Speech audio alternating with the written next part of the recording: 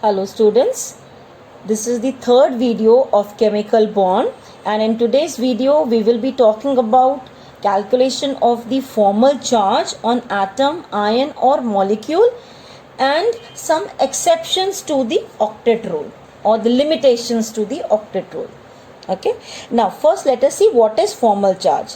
Formal charge, the formula for that is the number of the valence electrons on free atom.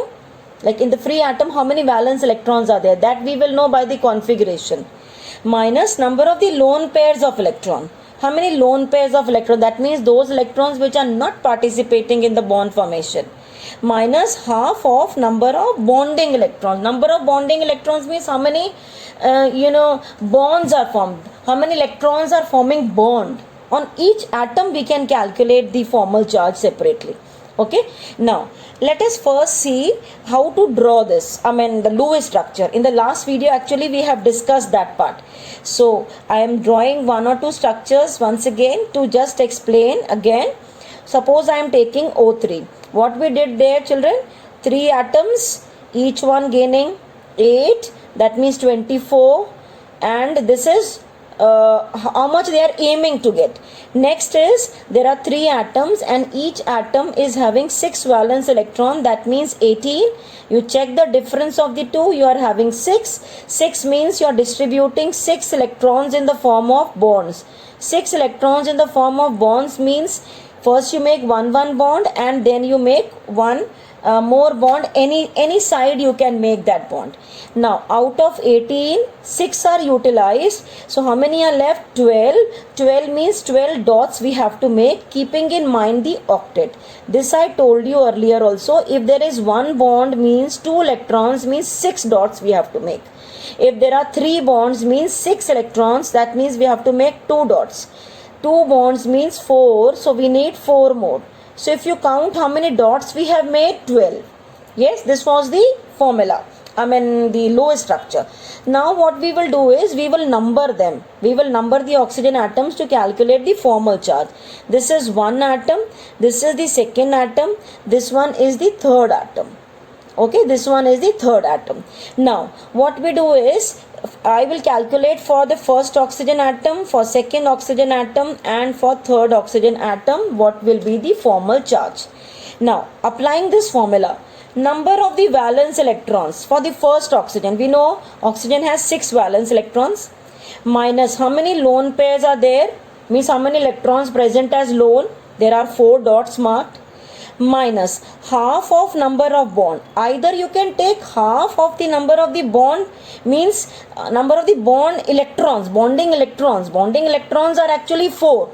Or you can if you don't use half, directly we can replace this by the number minus number of bonds, number of the covalent bonds. That also, children, we can use it. So how many bonds are there with this oxygen? 2 bonds. It means the same thing. Half into 4 you do, or just 2. So if you solve this, you get 0. That means the formal charge of the first oxygen is 0.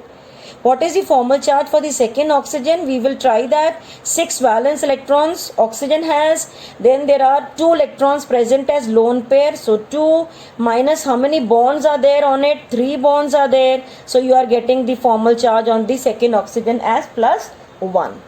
Likewise, we can calculate the formal charge on the third one also.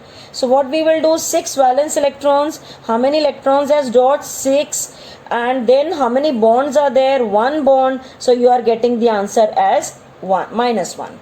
So you are having the formal charge like this. So what we can do is, on this oxygen we are getting plus, so we can represent plus. On this oxygen we are getting minus, so we can represent minus. So formal charge can be also represented like this in the form of the charges. The overall charge on the molecule is 0, because this is 0, this is plus 1, this is minus 1.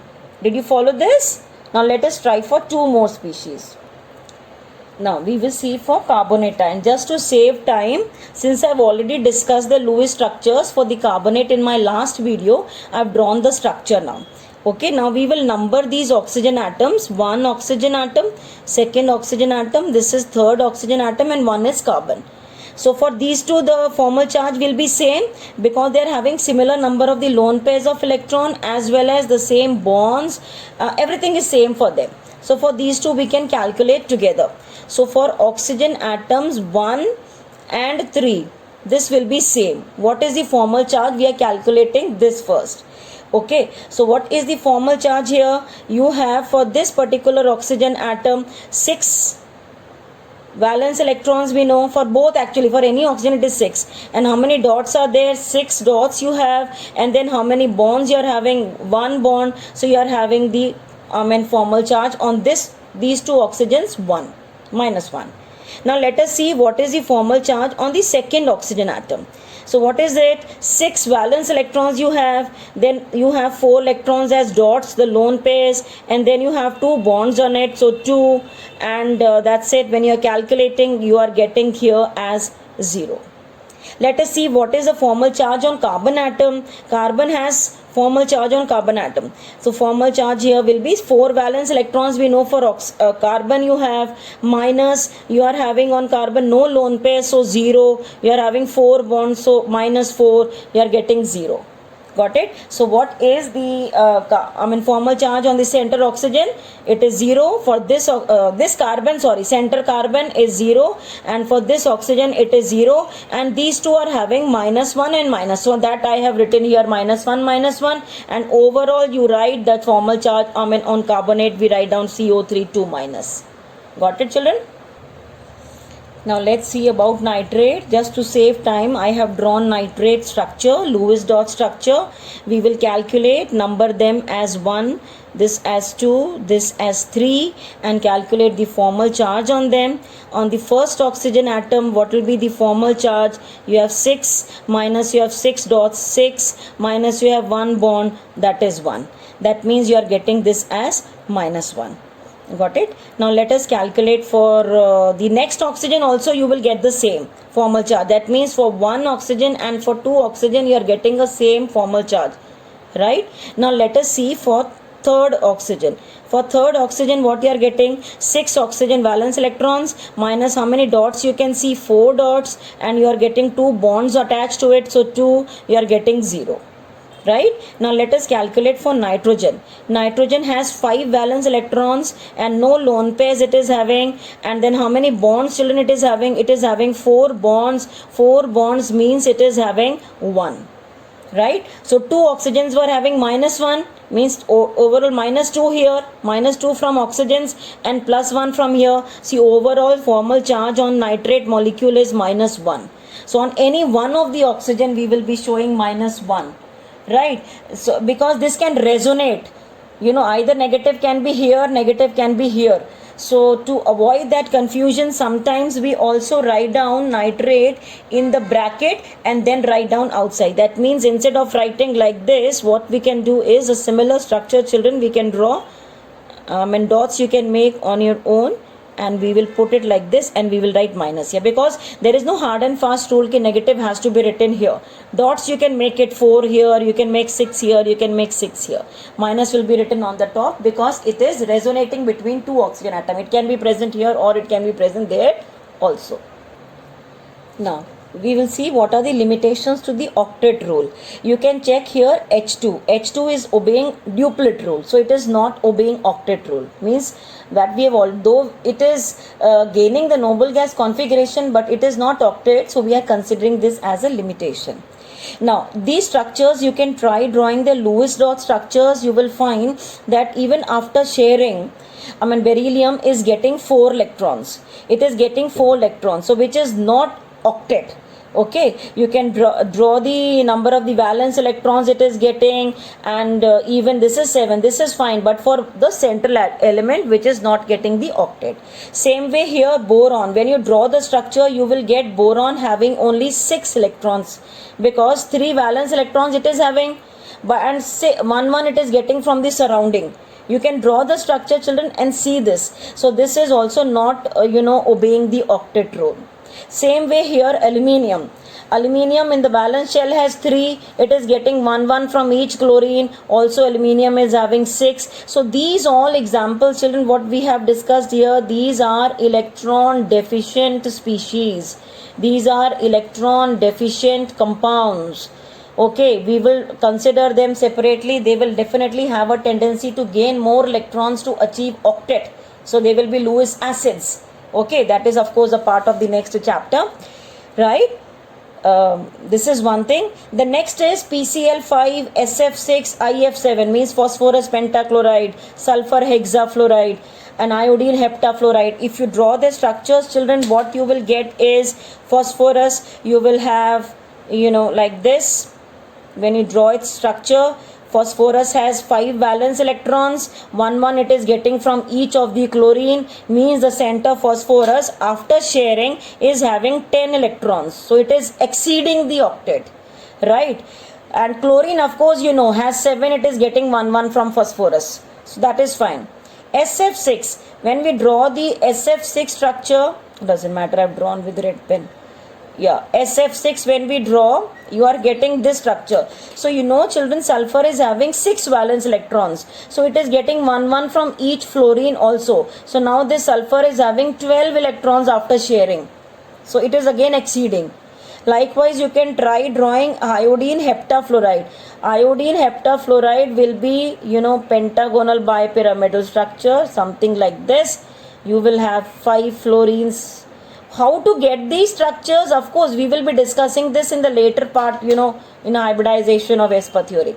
Now, fluorines, of course, are getting 1 from this. Because iodine has 7 valence electrons, it needs only 1. But it is getting 1 from each fluorine. So, just see how much it is having. 7 plus 7 it is getting from fluorine, means it is having 14 valence electrons, which is exceeding octet. So, this is also not obeying the rule, right? Now let us take these noble gases. Noble gases, though we say they do not form compounds, but we know that down the group reactivity increases. So reactivity increases.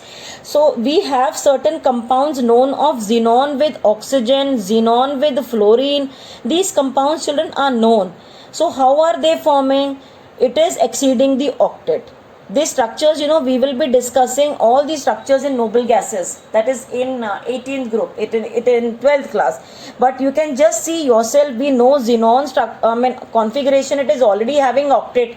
Plus after getting electrons from the surrounding elements, definitely it will be getting more than the required. So these are also exceptions to the octet rule. Clear?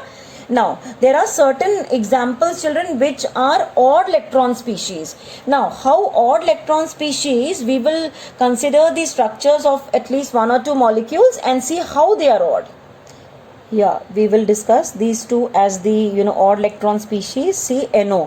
When I am taking 2 oxygen atoms, 2 atoms are there. So, 2 into each one aims to get octet. So, 8. So, 16.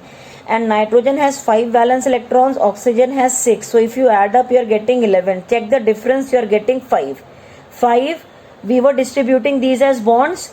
Now we cannot distribute 5 electrons as bonds. So what we will do, we will draw 2 bonds and then, this is the another possible structure I have drawn. We will draw 2 bonds and then we will see where to put that odd electron. So in one structure I have put the odd electron here, in the other structure I have tried to put the odd electron here.